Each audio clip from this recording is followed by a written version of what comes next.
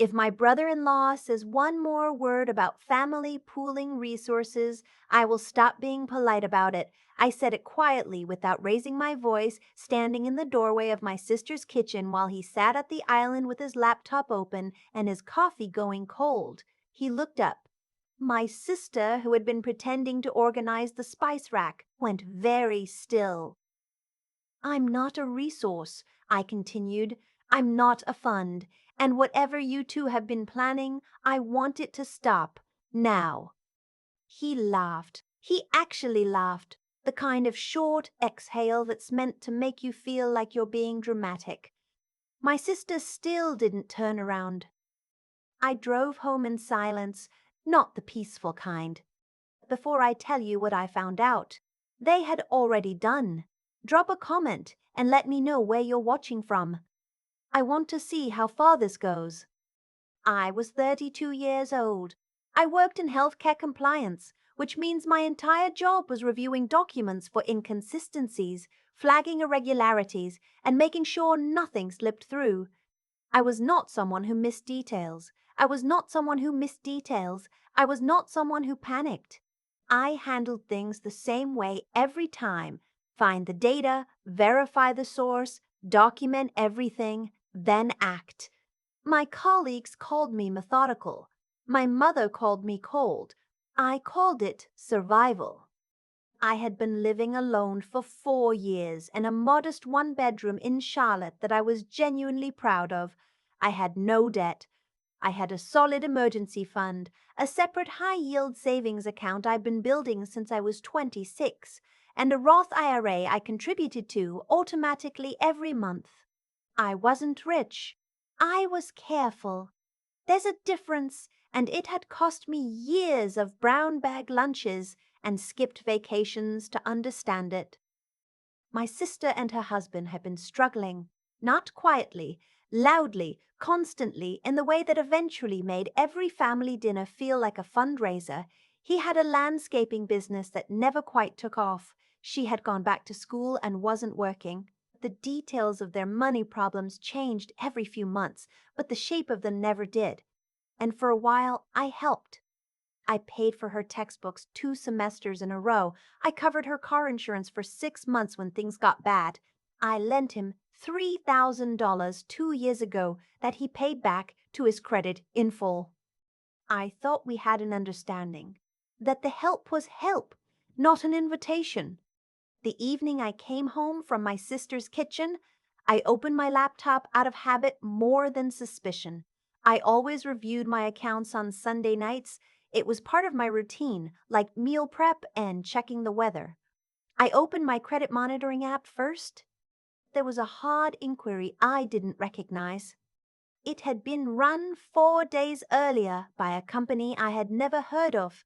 Not a bank, not a credit card issuer, something called Meridian Bridge Capital, which, when I searched the name, turned out to be a short-term commercial lending firm, the kind that offered quick capital to small businesses at rates that would make a responsible lender blush. I sat there for a moment, reading the name again. My brother-in-law had a small business. I didn't call anyone. I went to bed and I laid there in the dark running through every possible explanation that wasn't the one I kept arriving at. Maybe it was a mistake. Maybe someone at a company pulled the wrong file. Maybe there was an identity mix-up and it had nothing to do with him. But I also knew the memory that was sitting right underneath all of that. The one I had pushed down because it was easier not to look at it directly. 2 years ago, around the holidays, I had been at their house helping my sister wrap gifts. Her husband had come in, asking her to sign something, some renewal form for his business account, he said. She had asked me to hand her the pen from the counter, and when I picked it up, I saw the form he was holding. It wasn't a renewal. It was a credit application.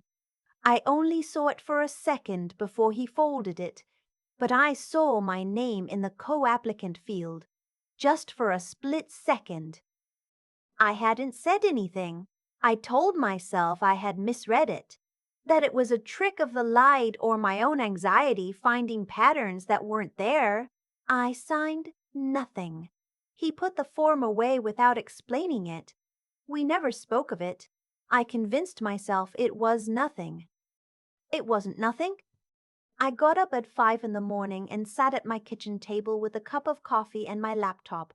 I didn't go to the lender's website yet.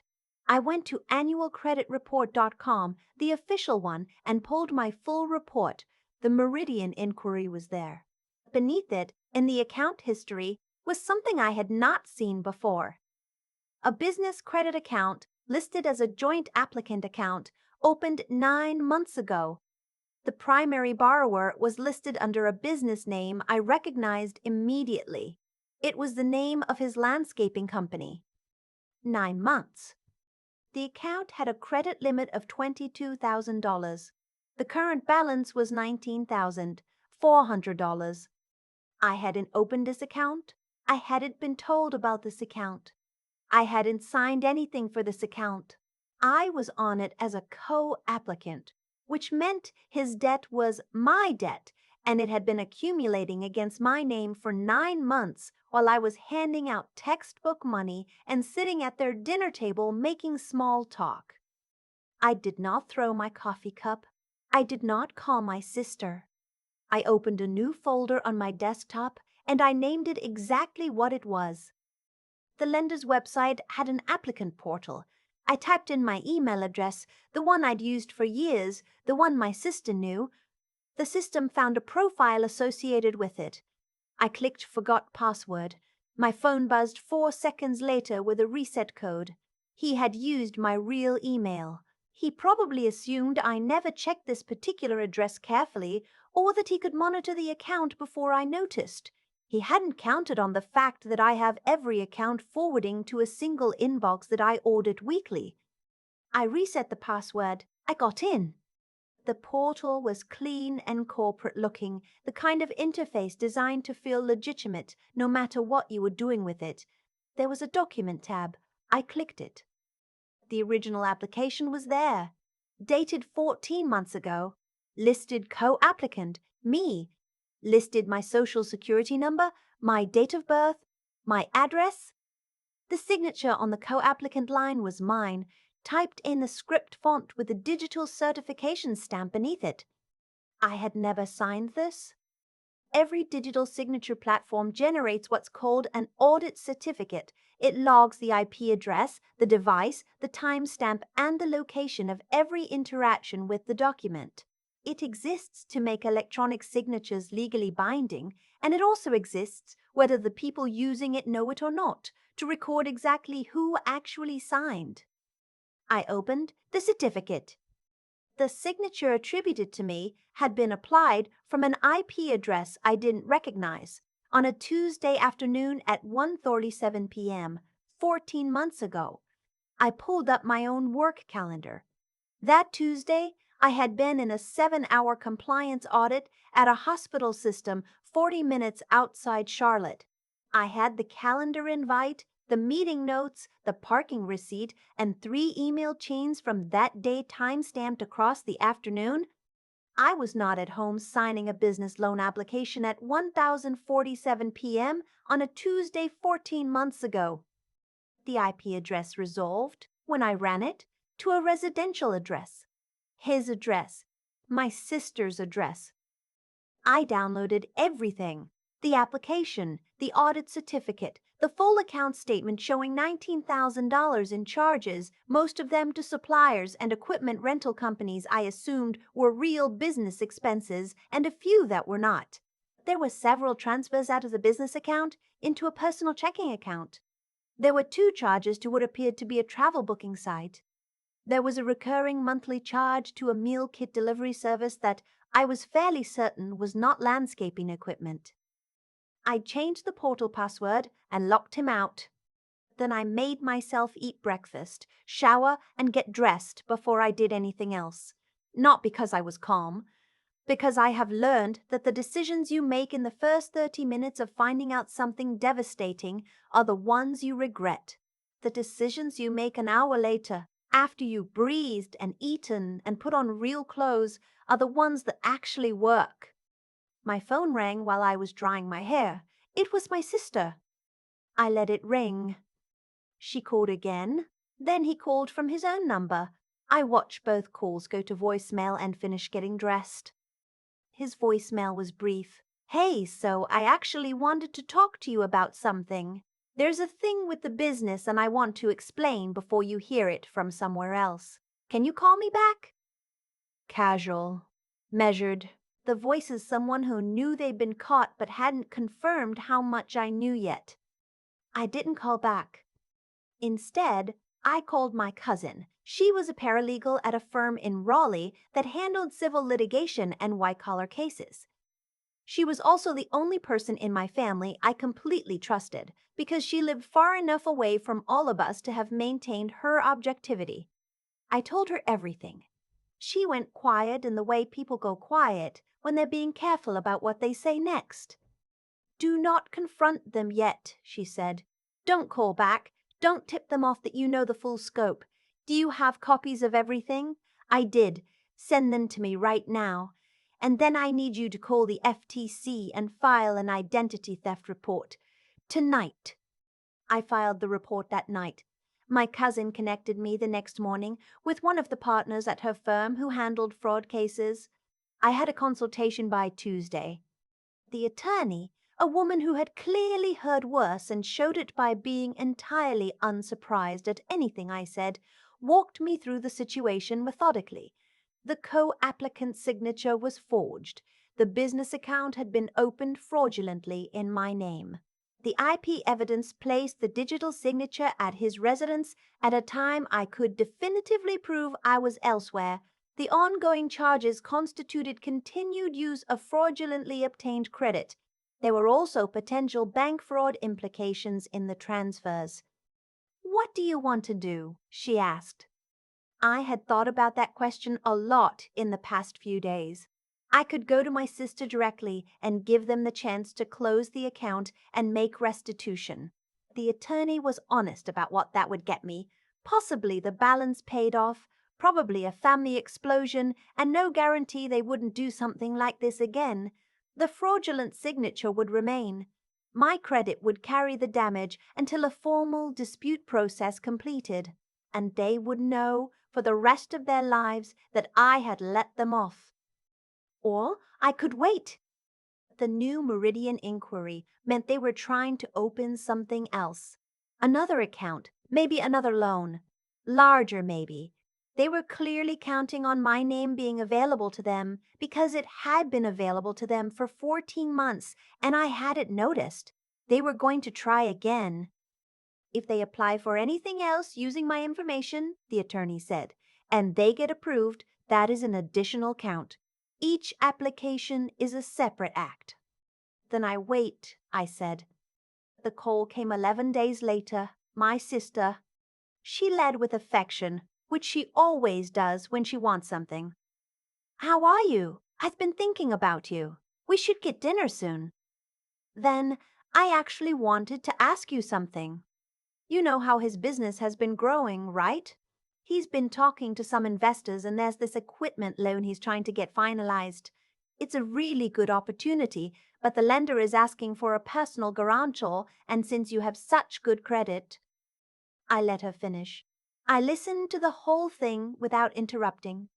She wanted me to come to a meeting with the lender's representative just to sit in, just to sign one page, just a formality. It wouldn't even affect my credit. She said, almost certainly knowing that was a lie. When is the meeting? I asked. Thursday afternoon, at the lender's office downtown. It's just an hour. I'll be there, I said. She exhaled with relief so audible it crackled through the phone. Thank you so much. He's going to be so relieved. This has been really stressful for him. I hung up and sat very still for a moment. She had been in that kitchen. She had been standing at that spice rack, not saying a word. She knew. Maybe she'd convinced herself it was borderline, that I hadn't technically been hurt, that they were going to pay it back eventually. Maybe she'd made peace with it because it was easier than confronting him. But she had been standing right there. I called the attorney. Then I called my cousin. Then I emailed the FTC case number to both of them and sent a full document package to the attorney's paralegal. The lender's office was in a glass building downtown, with the kind of lobby that's trying too hard to look like a law firm. Leather chairs, framed credentials on the wall, a receptionist who offered me water when I came in. The meeting room had a long table and a window that looked out over a parking deck. My brother-in-law arrived in a sport coat I hadn't seen before. My sister was with him. She hugged me when she came in, the kind of hug that holds on a second longer than comfortable, the kind that's actually a plea. He shook my hand and smiled the way people smile when they're trying to control the temperature in the room. The lender's representative, a man named Mr. Ashby, was professional and organized and clearly not aware of what was about to happen at his table. There was a folder in front of each of us. Mr. Ashby walked through the loan terms. $60,000 in commercial financing. Business assets as collateral, plus a personal guarantee from a co-signer with strong credit. He slid the signature page toward me. "This is the personal guarantee agreement," he said. "It just confirms that you're agreeing to back the loan in the event of default." In the event of default, $60,000, on top of the $19,000 already on my name that he had put there without my knowledge. My brother-in-law was watching me with an expression he was working to keep neutral. My sister had her hands folded on the table and was looking at the window. I didn't pick up the pen. I opened my bag and I set a folder on the table. It made a sound in that quiet room that was not loud, but was very final. "I can't sign this," I said. I was looking at Mr. Ashby. "Before we go any further, I need to give you something." Mr. Ashby looked at the folder. My brother-in-law's neutral expression cracked, just barely, at the corners. I slid the folder across to Mr. Ashby. "That's a copy of an FTC identity theft report filed 3 weeks ago. Underneath it is a forensic audit certificate from the digital signature platform your company uses for co-applicant agreements." I kept my voice level. "The signature attributed to me on the original account application opened 14 months ago was generated from an IP address registered to the primary borrower's home address. At the timestamp on that certificate, I was conducting a compliance audit at a hospital in Concord, North Carolina. My calendar records, parking receipt, and email logs for that day are included in the back of the folder." Mr. Ashby had stopped looking at the loan documents. "That account currently carries a balance of just under $20,000 that has been accruing against my credit for over a year," I continued. "I did not apply for it. I did not sign it. I was not informed of it." My sister made a sound, not a word, just a sound. My brother-in-law started talking immediately. He said my name, then said there was an explanation, then said I was misunderstanding something.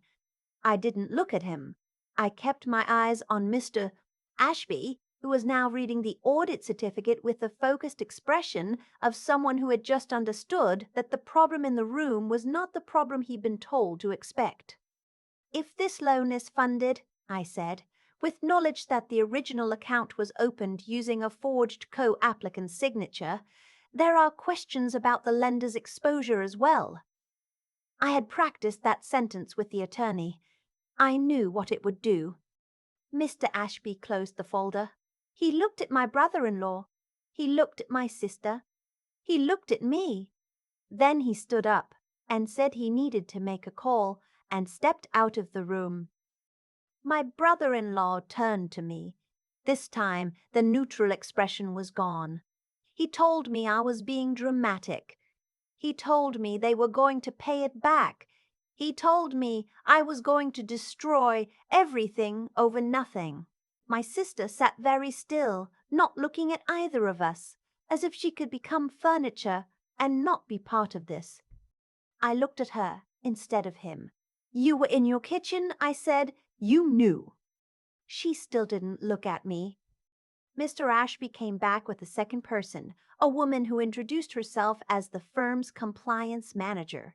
She asked everyone to remain calm. She asked my brother-in-law if he had authorized the use of my identity on the original application. He said it was complicated. That was the moment my sister finally looked up. The loan was not funded. The meeting ended without signatures. The compliance manager asked me to leave my documentation and said the firm would be initiating an internal review. Before I left, she said quietly, in the hallway, that the firm's legal department would likely be reaching out to me within the week. They did. And so did the Charlotte field office of the FBI 3 weeks after that, following a referral from the lender's legal team. Wire fraud, identity theft, and fraudulent use of another person's financial information in connection with a loan application carry federal charges. His attorney tried to characterize it as a family misunderstanding. The audit certificate and my verified alibi did not support that characterization. My sister called me the night after the federal investigators made contact with them. She called me 7 times. I answered on the 7th. She cried. She said she hadn't known the full extent of it. She said she thought he was just trying to keep the business alive. She said she didn't know it would go this far. I listened to all of it. I believed some of it. But I had stood in her kitchen and told her clearly that I was not a resource, and she had stood at her spice rack and said nothing. The silence had been its own answer. I told her that I loved her. I told her that what happened next was between her and the legal process and that I was not going to intervene in either direction. Then I told her that I needed her not to call me for a while, and I meant it gently, the way you mean something when you've thought about it for 3 weeks and arrived at it carefully. She agreed. She cried again. We said goodbye. He entered a guilty plea 14 months later. Fraud charges, federal. His attorney negotiated it down from the full count, but the conviction stood. The business, which had been collateral on multiple debts by the time everything unraveled, was liquidated. The proceeds went toward restitution, which included, eventually, a full correction of my credit report and the removal of the fraudulent account. My sister moved back home to our mother's for a while. I heard this from my cousin. I did not reach out, and she did not reach out to me. I think she was ashamed. I think she was also still processing the gap between the story she had told herself, that her husband was just trying to keep things afloat, and the actual version of events, which was that he had used her sister's identity and her silence to do it. I think about that gap sometimes. The space between what we know and what we allow ourselves to know. She had been in that kitchen. She had heard me say the words, and she had turned to her spice rack and said nothing, and that nothing had its own weight. I live in the same apartment. I made no dramatic changes. I did not move to a new city or get a dog or go on a restorative trip to somewhere with good light. I just went back to work, and I kept auditing my accounts on Sunday nights, and I kept contributing to my Roth IRA, and I kept eating lunch at my desk. My credit score recovered fully. My savings are intact. My name is mine again. Some nights I sit with that for a moment before I close the laptop. Not with triumph, not with grief, exactly. Just with the specific, quiet satisfaction of someone who has done the unglamorous work of protecting themselves from the people who assumed they wouldn't. If you've ever had to guard something important from someone who should have been guarding it with you, leave a heart below. And if you want to hear how the restitution process worked and what actually happens to your credit after something like this, subscribe. That part is in the next one. There's a version of this story where I say nothing, where I stand at that spice rack next to my sister and let the silence fill in around me, where I tell myself it's complicated, that family is complicated, that the money will probably work itself out, and the relationship is worth more than the mess. I know that version exists because I lived close to it for 14 months without realizing it. what I've come to understand is that what happened to me wasn't random bad luck. It was the result of a specific chain of choices, his, hers, and for a long time, mine. He made the decision to forge a signature. She made the decision to stay quiet. And I made the decision, twice, to look at something that didn't sit right and tell myself I had probably misread it. That last decision is the one I think about most. Not with blame, but with honesty. Because the moment I saw my name on that credit application 2 years ago and put the pen down without asking a question, I handed something over, not intentionally, but quietly, the way you hand things over when you'd rather keep the peace than keep your eyes open. I think about what it actually took to get out of that. It wasn't anger, though there was plenty of that. Anger on its own doesn't build a case. What built the case was the habit I had maintained for years without knowing I would ever need it. The weekly account audits, the organized calendar, the practice of verifying things instead of assuming them. Those weren't dramatic acts of self-protection. They were just the ordinary discipline of someone who had decided a long time ago that her financial life was her own responsibility. That discipline is the thing that saved me. Not a dramatic confrontation, not a lucky break. Just years of boring, unglamorous habit that happened to be exactly what I needed when it mattered. And then there was the decision to wait, to sit in that lender's office, knowing exactly what was happening and not flinch. That was the hardest thing I have ever done in a professional context, and I work in compliance. The instinct to stop it early, to spare everyone the fallout, is not a weak instinct. It comes from a real place. But I had learned enough by then to know that stopping it early meant it could happen again, to me or to someone else who didn't catch it as fast. There is a kind of integrity in letting a wrong thing complete itself so that it cannot be explained away. That's not cruelty. That's the difference between a boundary that holds and a boundary that bends every time someone cries in front of it. My sister and I haven't spoken much since. I don't know exactly what her internal reckoning looks like, and I've stopped trying to narrate it for her. What I know is that the silence between us now is honest in a way that the silence in her kitchen was not. One silence was covering something up. This one is just the shape of where we are. I don't believe that doing the right thing guarantees a clean outcome. The right thing often leaves a mess. What it guarantees is that when you look back, you don't have to wonder what you should have done. You already did it. And that is, in the end, the only kind of closure that actually belongs to you.